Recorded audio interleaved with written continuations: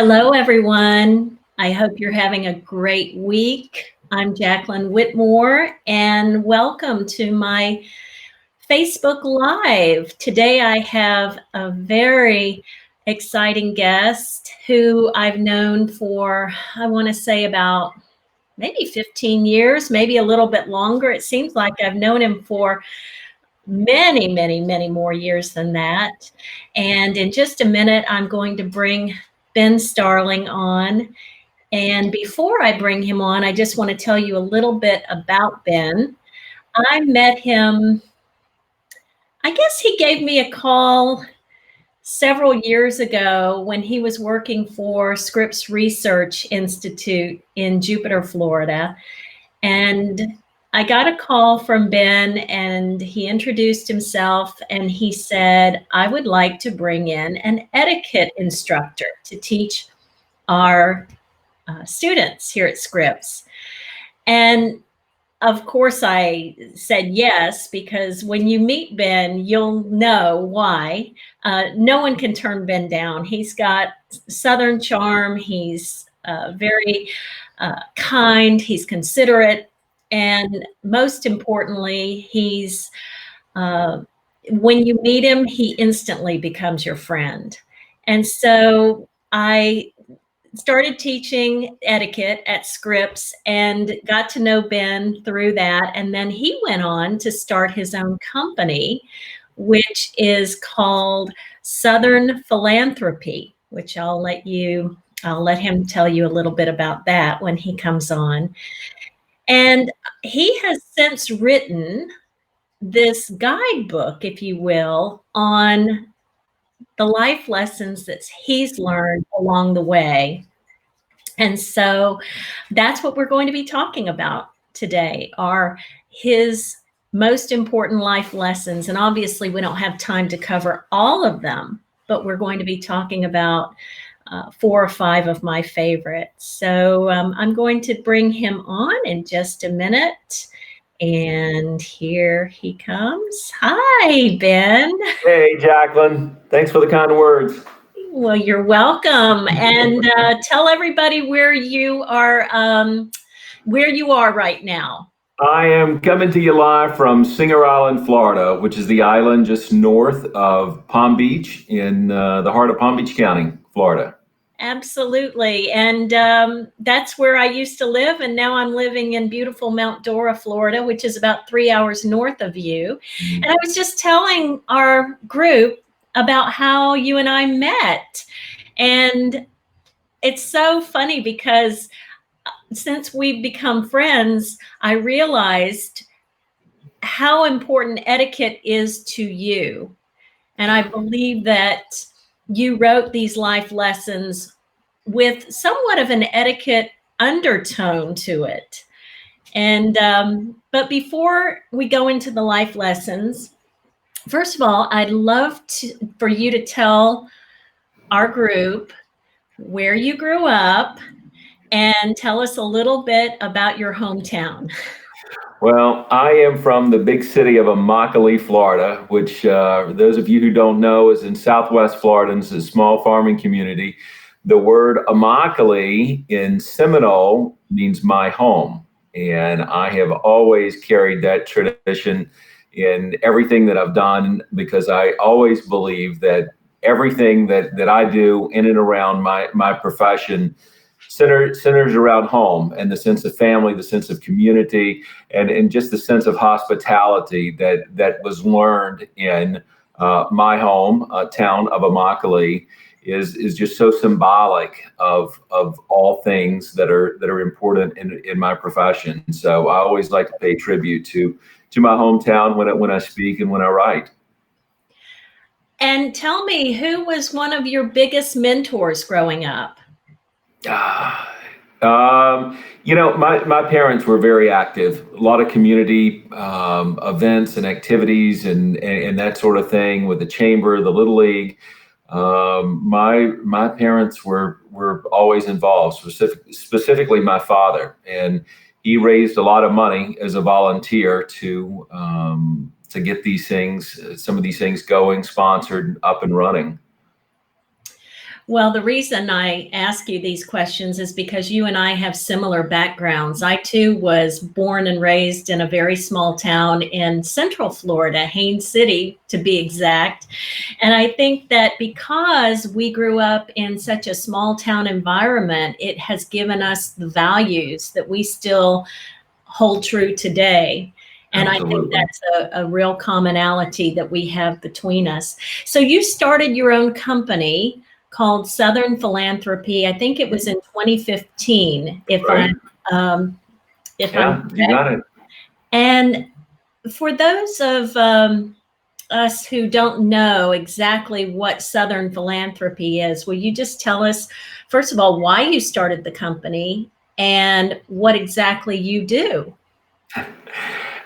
Some days I'm still trying to figure out what it is I do, but my entire career has been spent in fundraising, and in the last decade or so, it's been major gift fundraising. I saw a need to teach people how to raise money, how to raise particularly big money for large scale capital projects. It was always interesting to me that some of what I thought came natural to everyone and points of connection that I could make fairly easily if someone were telling me a story. People didn't make that, and I had a number of people telling me, you've got to put this into a manual, you got to put this into a book, you've got to write some documents, you've got to teach people. So I set out on my own, started my own company to teach people how to fundraise. I also teach philanthropists how to give away their money strategically so that there's not overlap. And quite a bit recently, it has been mentoring and coaching people that need to build strategic relationships with high net worth individuals. So it's been an interesting time. COVID has given me quite a break from being on the road, which is allowed me to do a lot more writing and create more manuals and documents and that sort of thing. So I've tried to be productive during this time and not pull my hair out, but I love the profession of fundraising, strategic networking, and so I try and make every day count. And sharing that with others. Well, I have to say, of all the people I know, you are truly a master networker. You Yeah. really walk the talk. And more importantly, you're a master connector. And I think people kind of, when they think of networking, they think of, it's just going out and meeting people. But there's so much more to that. It's so much more. It's about creating relationships. And of all the people I know, you're so good at putting people together who you see might be simpatico with one another. Yeah. And you have a real gift for that. And a lot of people don't have that, where you can see the qualities of one person and the qualities of another, and you can immediately see that they can connect and you make Yeah. that connection. Well, thank you. I love connecting great people, and one of the beautiful things about my line of work is that I meet so many people. I travel so much that I'm meeting people, all over the country, and you learn from all of them, good, bad, and different. Something's learned, and it's really neat whenever you hear and you see a need, and you can connect the individuals or the organizations with people who perfected their craft, and to link them together and make beautiful music together. So I like that. Well, and it's no wonder you named your company Southern Philanthropy, because you are Southern. Yeah. Well, the phrase Southern hospitality, it was always something that has been important to me because I believe in making people feel very comfortable, very welcome. Because when they're welcome and you're at a dinner table together and you're serving food that they like, and it's enjoyed, people can talk. The conversation is free flowing, and that's how you build the relationships. And listening. I've always believed that the world's problems could be solved if you could get the people around a dining room table and let them eat a good Southern meal. I believe that we could change the world by that happening, because Oh, there's yeah. nothing like good food, good people, and good conversation. Oh, yes. And you all, you and I have talked about those Southern church dinners that we used to Yeah, attend as children. nothing like it. Nothing like it. The deviled eggs and the fried Yeah, chicken and and and and, and collard you, greens. yeah, and you think about how that it is missing, not just as a result of COVID, but in general, of people not coming together in formal settings, bringing a dish or something that is important, and then sitting around the table and everybody telling why that dish has been important to their family, or how it came to be. Those are conversations that bridge incredible gaps. I love that. I do too. And I understand exactly what you mean, because in the South and many parts of the world, I would have to say, food equals hospitality, food Yeah, equals love. yeah, exactly. And people take great pride in something that is important to them or to their culture. I think of the first time I went with an Italian family, and they were so excited that I was coming, and they said, we made you this big Italian meal. And they came out, and like the first couple of courses, I ate and ate, and I was so full. And they said, "Make sure you save some room for the main course." Well, I was stuffed, but there was just such pride, and everybody shared. I remember my grandmother cooked this, and my grandmother came from here, and my grandparents came, and they started a business. It's incredible. And as I travel around, and again, I get to meet a lot of people, and I'm a guest in their homes. That's a way so many people show, just hospitality is displaying and presenting things that are important to them or their family. And Absolutely. I think our world needs to get back to that. Well, and I do hope that we do get back to that, and that is what we're missing now that we're in quarantine. And I remember the one and only time I went to Sydney, Australia, and a friend of mine invited me over to her house for dinner with she and her husband. And the husband made this amazing meal. And for dessert, he brought out apple pie. Well, apple pie is not something they eat uh, every day in Australia. And they looked at me and they said, "Well, you're American. You do eat apple pie, don't you?" I said, "Of course I eat apple pie." Thank you so much for thinking about Yeah, me. But they were trying to be so considerate of yeah, me and my likes, even though whatever they would have served, I would have eaten, and I'm sure I would have loved it.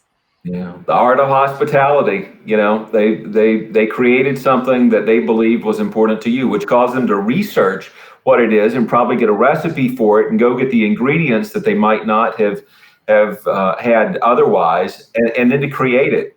That's love. Yes, and it takes a lot of effort as well. Yeah. So let's get on with some of the life lessons. Now, first of all, tell everyone how you came about to developing these life lessons.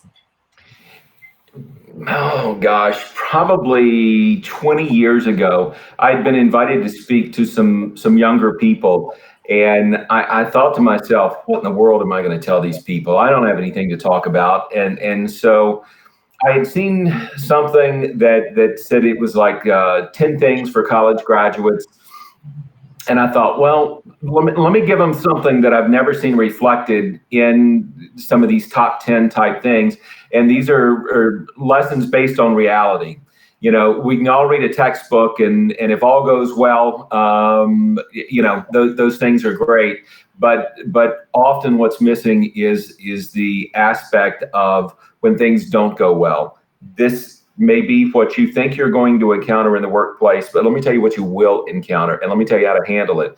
So I put these life lessons together about 20 years ago, and I've just kind of been adding to them and adding to them, and it's been in 2020 that I finally got them down, and had them designed by a graphic artist and that sort of thing, and made it into something that I give out to people. But I use these when I speak and go in speaking to people who are generally new in their career. They're graduating, they're entering the workplace. Perhaps it's their first job, first professional job. And I've also shared it with anyone who's willing to read it, because I believe anyone at any stage or station in life can benefit from reading these things. Absolutely. These life lessons are timeless. They can apply to anyone at any age. So I chose my top 5, and I'm not sure if we'll have time to go through all 5, but the first one I want to talk about is offering praise. Why did you feel like this one was so important to put in your life lessons? In today's world, it's easy to criticize, and one of the things that I have noticed over the last couple of decades, especially in the workplace, is that it becomes easier and easier, especially through social media and other platforms, to offer criticism. I've noticed what is missing from that. It is constructive criticism. It is a path forward. And when I see the value in someone, when I see that there's a spark and you don't offer praise, you can quash their spirit. So when someone does something right, offer them praise, even when they haven't done it right, but you see that they have the potential to do it right. Praise the potential in there and be the teacher, the encourager. This is different than what may be considered the trophy culture, or everybody gets a trophy. That is different from that. But it is recognizing the value in someone and encouraging that and molding that. I can tell you that I travel a lot, and so the element of customer service in this country greatly concerns me. Mm-hmm. It's fast paced and it's do it yourself. And I'm the type of person, if I go out to eat, I want someone to come and wait on me. I like the aspect of service. I can do it yourself at home, but if I'm going to pay, I want the service. And so I, in growing critical of service, have made it a point to spotlight the service and praise the service. And whenever I get exceptional customer service, I try and find out who the boss is, who's the person in charge at the highest level, and I write them a letter, and I will document the date, the time that I was there, the person's name, and then I'll CC that person, because I may send a letter to the chairman of the board, but I want the chairman of the board to know that this employee has seen this letter, so that the chairman of the board has to personally acknowledge this. And I love to go on a cruise, and the really interesting thing, the folks that work on a cruise ship work very, very hard, and I kept track of those that were particularly helpful, and I wrote a letter to the president of the cruise line, and I had it sent directly to him. He wrote an incredible letter back, and lo and behold, about, I guess it was 3 weeks later, I get a Facebook message from some of the employees on the cruise ship with a photo of my letter that had been FedExed to the cruise ship and posted for all the employees to see. And every employee that was mentioned in there, they got some sort of a bonus, and they got paid time off. And those people told me, this is so great, we really appreciate it. And then the next cruise I went on, the president of the cruise line sent a bottle of champagne to the room and chocolate dipped strawberries with a thank you note for my previous letter. So, oftentimes we think, what difference is a letter going to make? but it is all the difference in the world, because that letter, from what I'm told by the cruise line, went in the HR record of every employee that was mentioned in there. And so I believe in praising people because it encourages them to go the extra mile. And oftentimes we are able to see something in someone that they may not be able to see in themselves at that particular time. That's an incredible story. Absolutely. Thank you for sharing that. So I believe in offering praise as well, even if it's a cashier at the grocery store or the young lady behind the counter at a dry cleaning business. Just oftentimes it's the people who are the lowest paid. Absolutely. Those are the people who need it the most. Yeah. Yeah. So I, I had a boss that you will remember, Frank Wright, and he knew a tremendous amount of wealthy people and important people, but he often considered some of the most important people he knew were the cashiers, the clerks, some of the waitresses at these restaurants, because when he needed something at the last minute, when they saw him come in, they took care of it immediately. And in fundraising and PR, you're always running at 100 miles an hour, and oftentimes you need something at the last minute. And he considered those connections to be some of the most valuable because they were the ones who were able to make it happen.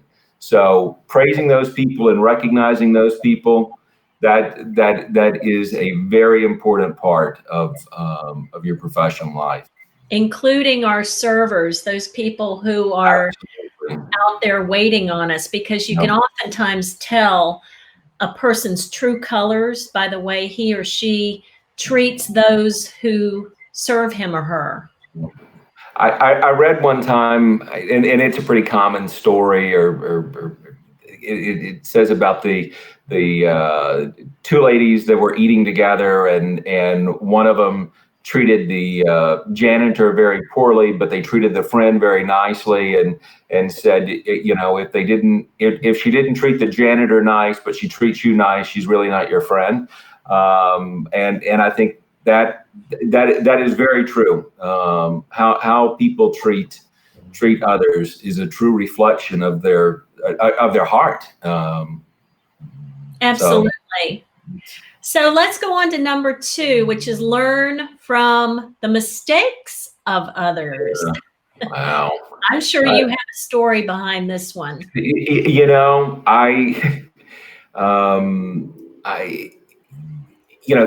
are very political these days, but I will tell you, when I wrote this, I had finished a report in college, was how this came to be, and it was on President Nixon, and President Nixon was a friend of my boss Frank Wright, so we were able to talk about the president and that sort of thing, and Mr. Wright shared so much about President Nixon's visit to Palm Beach, and how even his enemies that came to burn him at the stake for Watergate and other things were won over by a conversation with him.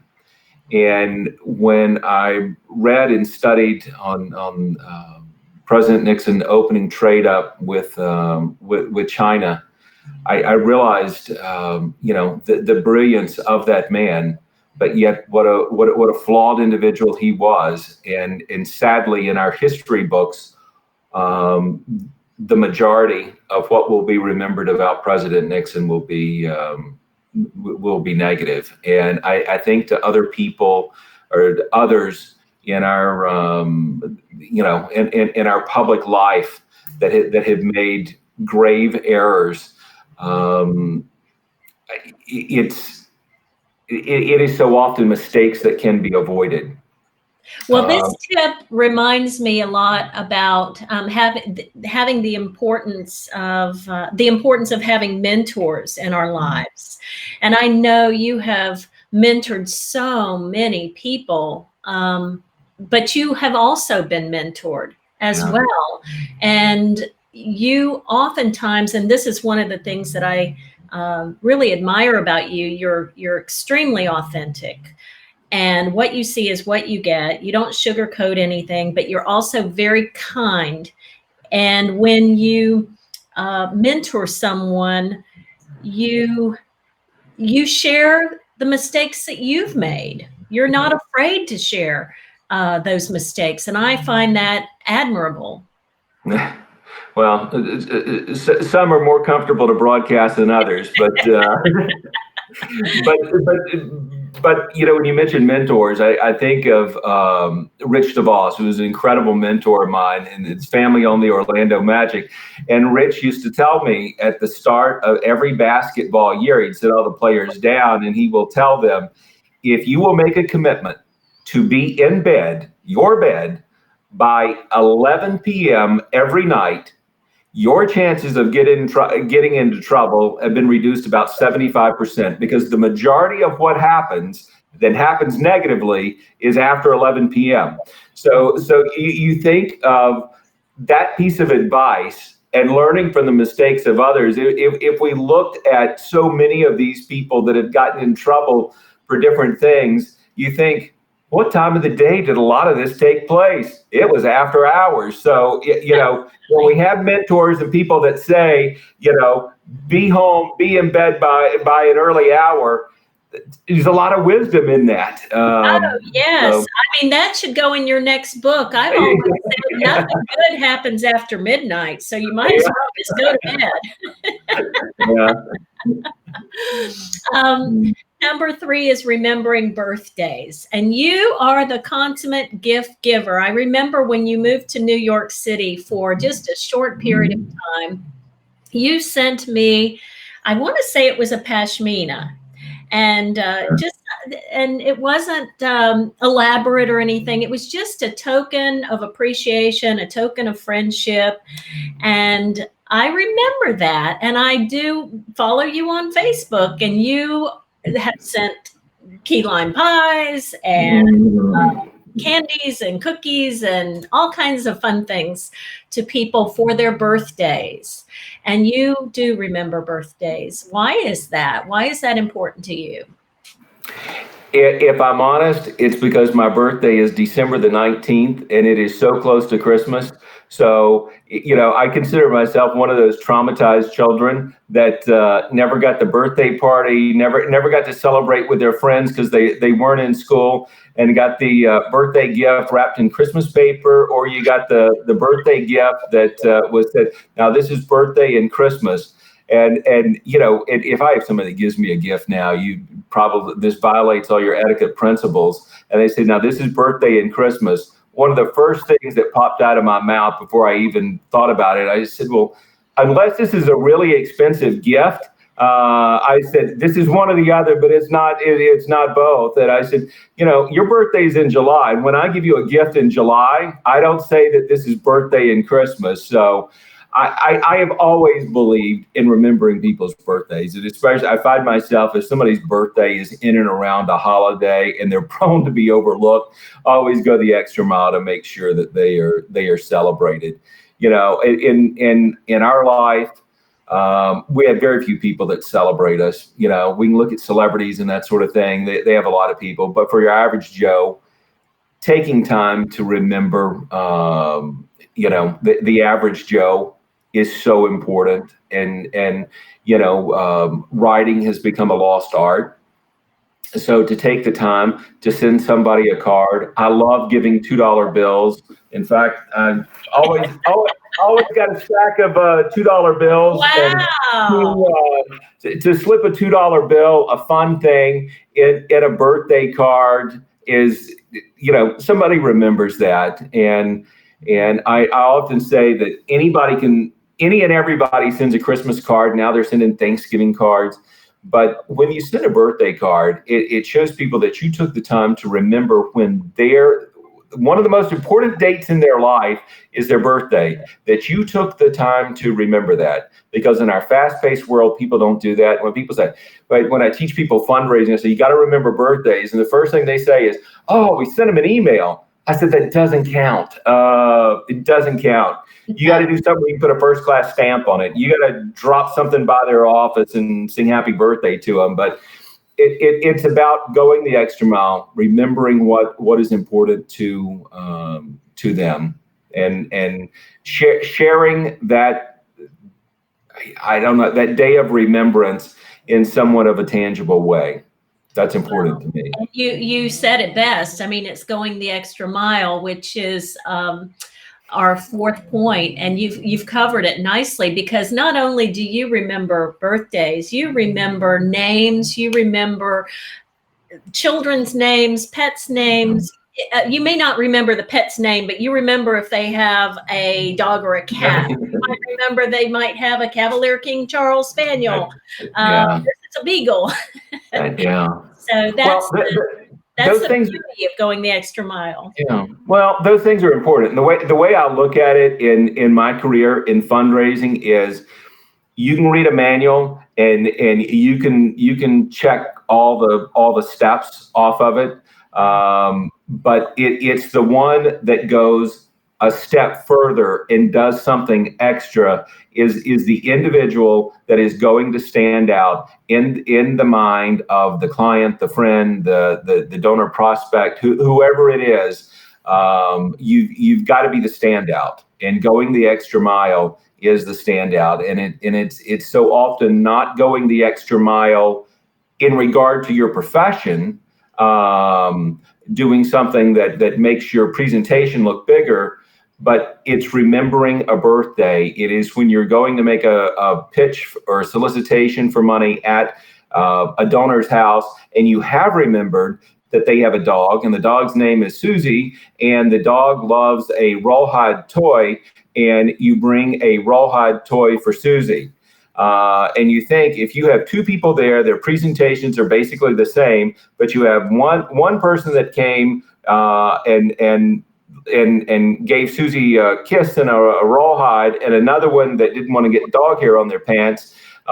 Which one are you going to trust more? Who are you going to like more? It's going to be the one that shares your interest, and that's the one that has remembered your dog. Because more importantly, if you have an animal, that animal is very important and just as important to you as what a child may be. So it's going that extra mile. That's $1 million tip right there. I mean, I'm sure you share that with all of the people who are trying to raise money for their companies. And you're right. When you think of others and you think of the ones they love, they're going to remember you. And I remember going to the bank one time in Palm Beach when I lived there in Palm Beach, and I went through the drive-through. I won't say what bank it was. And of course, my little dog at the time, he poked his head out the window, and he always waited for that chute to come down, right. You know, where you put your money in. The reason he had his head out the window, he was waiting for one thing. That was the dog biscuit. And so there was no dog biscuit in the, what do you call those things? Funnels or whatever? The tube or whatever. I know what you're talking about. So he waited for me to open the tube, and there was no dog biscuit. So I said to the cashier, to the teller, I said, "Do you have any dog biscuits?" And she says, "Oh, no, ma'am. We have a new manager, and he doesn't believe in giving those out. We're cutting costs." Well, let me tell you, my dog was disappointed, and I was too. Well, quick story. About a month later, I went through the same drive-through, and Oliver stuck his little head out the window, and that tube comes down. And of course, I wasn't expecting any dog biscuits because of what she told me. And I opened it up, and there was a dog biscuit. And I looked at her and I said, "I thought you weren't giving out dog biscuits anymore because your manager was cutting corners." And she says, "Oh, that manager doesn't work here anymore." And she said, "We go to the grocery store ourselves and we buy the dog biscuits and we give them out." So it's the little things that make a big difference. Yeah. Can I tell you one story on there? There was a sermon that I saw on TV one time, and the sermon was, "Little things mean a lot." and it was the story of the Titanic. And they listed like 10 things, 10 small things that went wrong in order for that ship to sink. And one of them was they failed to they failed to do a water take the temperature of the water. They didn't do a water sample, and if they had, it would have told them that the water was cold enough that there was ice in there. They didn't have the proper lookout. They didn't have the binoculars with them, and it was amazing when you think about all the things that went wrong for the ship that was supposedly unsinkable to sink. And it was 10 things, and that has always struck with me. Little things mean a lot, because I know in fundraising, those little things are so important, and it's often you don't need anything to get in the way of success, and when you've failed to look out for those little things. I was talking to a chef one time, and I said, I don't understand baking, because you got to measure and you got to have this and they got to have that. And I said, I don't understand why you just can't throw everything in a bowl at one time and then mix it up just once.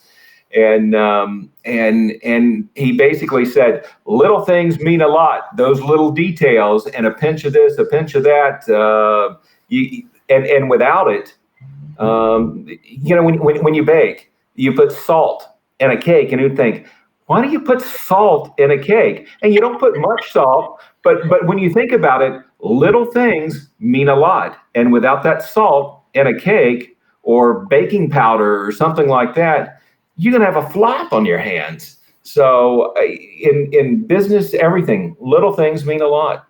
It's so true. And I had a mentor who has since passed away, who was in the newspaper business. In fact, he was the CEO of Hearst Newspapers. Wow. And he said when he was a young boy working his way up the ranks of the newspaper business, he said, never underestimate those small classified ads. He said, people actually read those little teeny tiny classified ads. And he said, that's how I got my first job with Hearst Newspapers. Wow. That's how a lot of us got jobs back in the day. Absolutely. Well, gosh, I could go on and on and on, and we could just talk for another 30 minutes to an hour about all your life lessons. And I'm showing everybody on the screen how they can get in touch with you. It's southernphilanthropy.com. And wow, everything you've talked about, it must go into a book. And maybe we should write a book. First, you have to row a little boat. Life lessons to keep you from sinking. Something like that. I don't know. Well, if people want a copy of this, if they go to my website, there'll be a little pop-up there, and it's kind of extracted from this, but it's 22 professional tips. And if they go in there and enter their email address, it'll be electronically sent to them. So I like to share that with people. Well, thank you so much for being generous, and thank you for being generous of your time, and thanks for being a great friend all these years. And I hope that after all this pandemic goes away, you and I have to go to lunch. I would love that. Goblin Market. Isn't that, yes. Meldora. Come to Meldora, go to Goblin Market. One of my favorite places. Yeah. Or if I come to your area, we'll go to Bell and Maxwell's. I love that. Well, that would be great. I'd love that. So, well, thank you so much for having me today. I appreciate it. Oh, happy day. So thank you so much. And keep up the good work, Ben. Well, thank you. You take care. You too. Thanks. Bye-bye. Thank you, everybody.